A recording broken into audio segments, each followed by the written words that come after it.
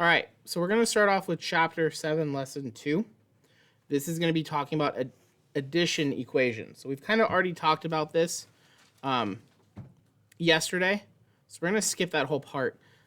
We've already talked about inverse operations. That should be in your Lesson 1 notes. Remember, doing the opposite mathematical operation in order to undo something. So what we're going to do is we're going to focus on this one. 8 equals x plus 3. Well, this is easy because you guys are already told how to do this. 8 equals x plus 3. Now remember, when we are dealing with an algebraic equation, what is our goal? What is our main purpose? Dominic. We need to solve the variable. We need to solve for the variable. And how can we do that? We talked about a few steps that we need to take. There's one thing we need to do. Somebody else is going to have to. Somebody else step up or look at Lesson 1 notes. What do we have to do in order to solve the variable? There's some steps that we need to take. Isolate. We need to isolate the variable. Somebody tell me what that means in kid speak, not algebraic or mathematical jargon. Dominic? Take away the x from 3. Xavier? To have the variable by itself. We need to get the variable all by itself on one side of the equation. Now, remember, we talked about this earlier. It's usually whatever's happening to our variable, or if our variable is doing something to another number, we move somebody, right? In this case, our variable, something's happening to it, correct? Yes. What's happening to our variable, ladies and gentlemen? Ladies and gentlemen? Okay, you guys got to be specific. You can't just say it's being added. You got to tell me. So it's being added. 3 is being added to it. I need to get rid of that. Now remember, based on yesterday's lesson, this equation is a mirror, right? So in order to undo plus 3, I would do what, ladies and gentlemen? What's the inverse operation of adding 3? Everybody? Subtracting 3 or minus 3. When I do this, this cancels out. But remember the mirror image thing. When you look in a mirror and you raise your arm, the reflection also does it too. So if I have to subtract 3 on that side, I have to subtract 3 on the other side. So x will now equal 8 minus 3, or what will that equal, ladies and gentlemen? 5. And then I'll erase all this work that I just did. And if I plug it back in, is 5 plus 3 8? Ladies and gentlemen? Yes. Therefore, we solved it. Now, what we just highlighted there, or what we just did an example of, is inverse operations. We did the opposite of what is happening to our variable to get variable by itself, and then we were able to solve. So lesson 2 teaches us about inverse operations, and since we're dealing with addition with our variable, there is something very important that we need to learn, and that is called the subtraction property of equality. This is where it gets a little tricky. Our equation dealt with adding, yes? So the opposite of adding is, everybody? So we're dealing with the subtraction property of equality, which states if you subtract the same number from each side of an equation, the two sides remain equal. All right, so the example here is 5 equals 5, right? If I subtract 3 from both sides, they still equal 2. It means whatever I do to one side of the equation will balance out the other one. It's the same idea with the mirror. When you raise your arm, your reflection raises its arm. It balances out what's in both sides. It's going to stay the same. So with algebra, x plus 2 equals 3. When I subtract the 2 from both sides, I'm basically just getting what x equals. Because if I plug in 1 here, 1 plus 2 does equal 3. It makes it true. And that's what the subtraction property of equality is. Again, the subtraction property of equality deals with you subtract the same number from both sides. And you would do this when you have what going on in your equation. Ladies and gentlemen. I'm going to pause it. So, sorry for all the pausing. But, again, subtraction property of equality deals when you subtract from both sides. This is being dealt with when you have addition in your equation. Are we clear? So when there's like a variable adding something else to it, that's when we use subtraction property of equality because we're subtracting. That's lesson 2. That's it. That's all for lesson 2. So make sure you guys put what subtraction property of equality is and when to use it, because you need to know that. Any questions before we move on to lesson 3? No. Question? Okay. Lesson 3 deals with subtraction equations. So you guys can already guess that we're dealing with the addition property of equality. And that's when you add the same number to both sides, it balances out. So basically it's the opposite. When your equation deals with addition, it's the subtraction property of equality. When your equation deals with subtraction, it's the, everybody? So it's going to be the opposite. And then when your equation deals with multiplication, it's going to be the division property of equality. And when your equation deals with division, it's going to be the... That's literally all the lessons, but we'll still go through each one and give examples. But that's basically all you need to know, is how to isolate the variable, inverse operations, solve for the variable, and know what the 4 properties are. That's all of chapter 7. That's it. So with lesson 2 stuff, again, we're dealing with adding instead of subtracting because your equation deals with subtraction.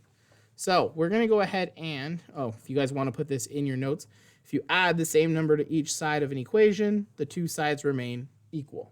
Question? Sorry, this is lesson 3. Lesson 3. We're on lesson 3 section, so make sure you guys are taking notes.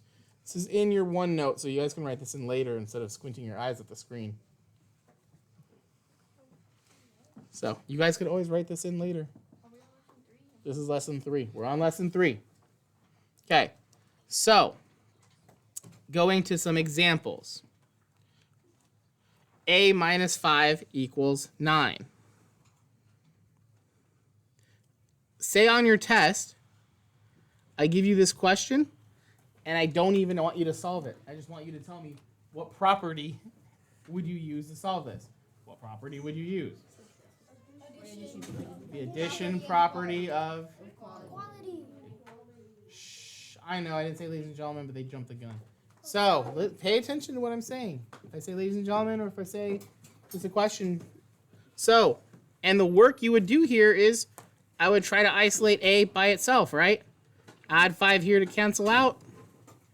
A would equal whatever 9 plus 5 is, and that equals what, ladies and gentlemen? 14. And I just solved my problem. That's it. I know, this seems really easy. It's because it is, but just bear with me. So, this would be your example for lesson 3. You guys are late because you went to choir. I'm live recording already for YouTube. And this is going to be part of the video now. So you guys are going to want to watch the video when it's uploaded later today. Okay. Any questions for lesson 3? Because it was literally just the opposite of what we did for lesson 2. No. None? Cool. Lesson 4 now. Yeah, it's that quick. That's why you go back and rewatch the video. I just gave the definition and an example. That's all I'm looking for. Adrian. This is lesson 4, multiplication equations.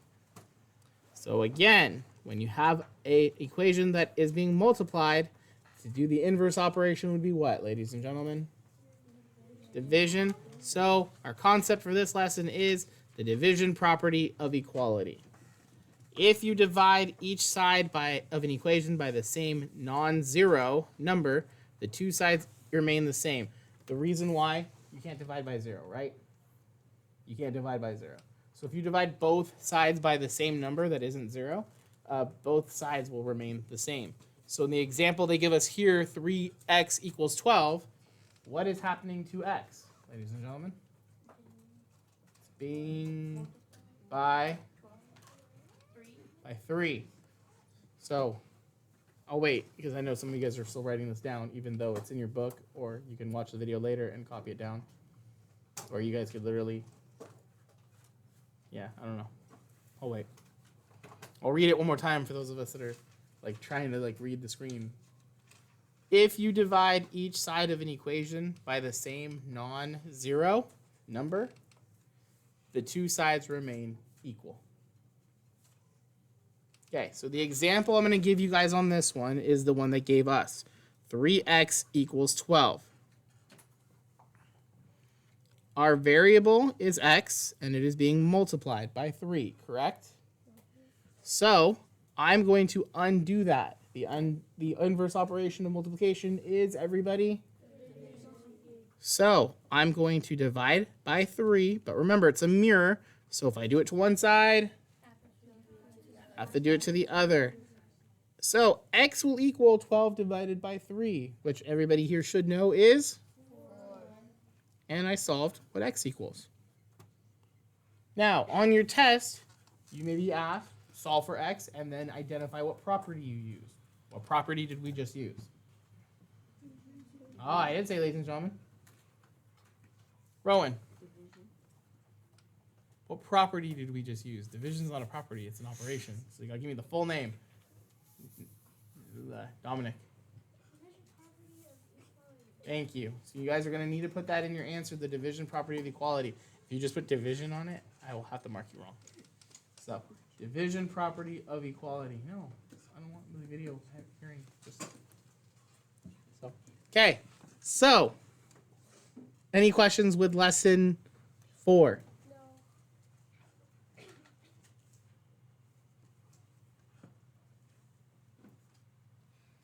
Lesson 5 is going to deal with multiplication.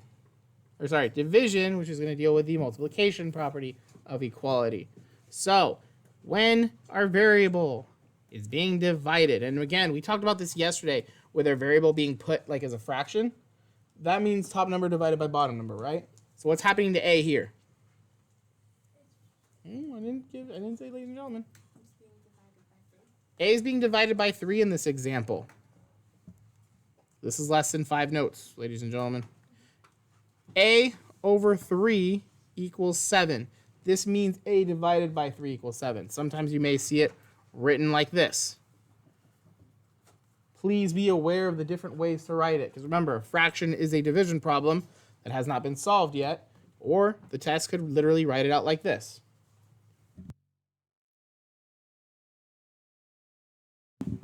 So, we're going to go with the way that it was written originally with A over 3. This means A divided by 3 equals 7. We're going to use the multiplication property of equality because I need to undo this division. So I'm going to multiply both sides by, ladies and gentlemen, at the pause again. Okay. So, again, in order to undo A divided by 3, I'm going to do what, ladies and gentlemen? Multiply by 3 on both sides. So when I multiply this by 3, this cancels out, so it's basically just A by itself. But A will now equal whatever 7 times 3 is, and we should all know what this is. What is that, ladies and gentlemen? Really? Shh.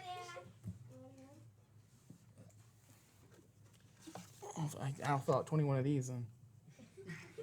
Okay, so A equals 21. If we plug it back into the original problem, is 21 divided by 3 7?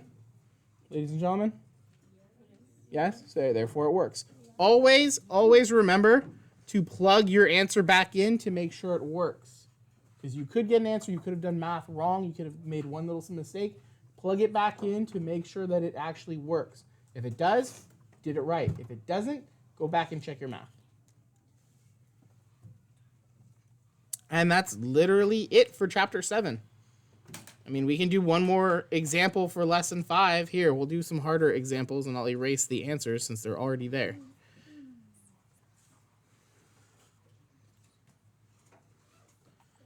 Let's do, and then let's do D first because some of us get confused. The variable doesn't need to be on the left side or the right side. It doesn't have to be on a certain side. So this says that 30 equals B divided by 2, if I was not mistaken. It does. Yes. Notice that when we do these, the variable's usually on the left side. It doesn't matter what side it's on, okay? We just need to isolate it on one side. What's happening to my variable, ladies and gentlemen? Being divided by 2. The inverse operation of that would be Everybody, sorry, ladies and gentlemen. Yeah, we need to multiply it by 2. Remember, if it happens on one side, happens on the other, this will cancel out. What's 30 times 2, everybody? 60 will equal B, or better yet, B equals 60. And then we plug it back in to make sure that it works. So I'm going to go ahead and erase all this work that I just did. If I plug this in, is 60 divided by 230? Yes, and that's it. So remember, I know a lot of these you can solve mentally, and you can look and be like, oh, that's easy, I can do that. You still have to show your work. So again, on your test, I would expect to see something like this.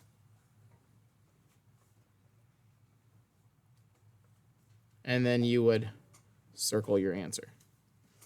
So I'd expect to see the work done similar to this so that we know how you got your answer. As far as the chapter test goes, cool, you just leave it in the back, please.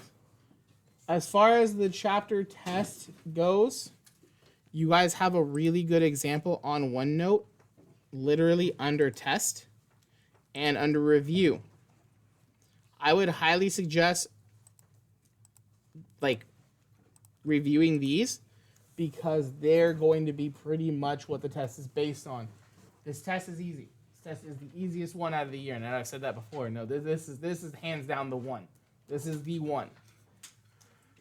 Please do not let me make this your drop score. Please. I cannot. I do not want to make this anybody's drop score. This is literally a layup, and you guys should be able to get this done. Everybody here should manage an A on this test. Easy. We can take the test tomorrow, and everybody here should be able to get an A on it. Okay? So, as far as the homework goes, because we just did 3 lessons or 4 lessons in one video. Yeah, all of lesson 2. You may want to write this down. All of lesson 2, for sure, because we need to have practice with all of them. So all of lesson 2.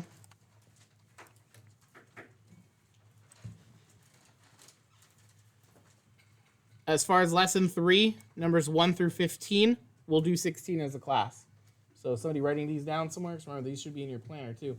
So all of lesson 2, lesson 3, every question but 16, we will do 16 as a class. That's lesson 3 homework. For lesson 4, do all of the questions for lesson 4 except for 18, 19, and 20. Do not do 18, 19, and 20. We will do 18, 19, and 20 as a class for lesson 4. And then for lesson 5, all of the questions.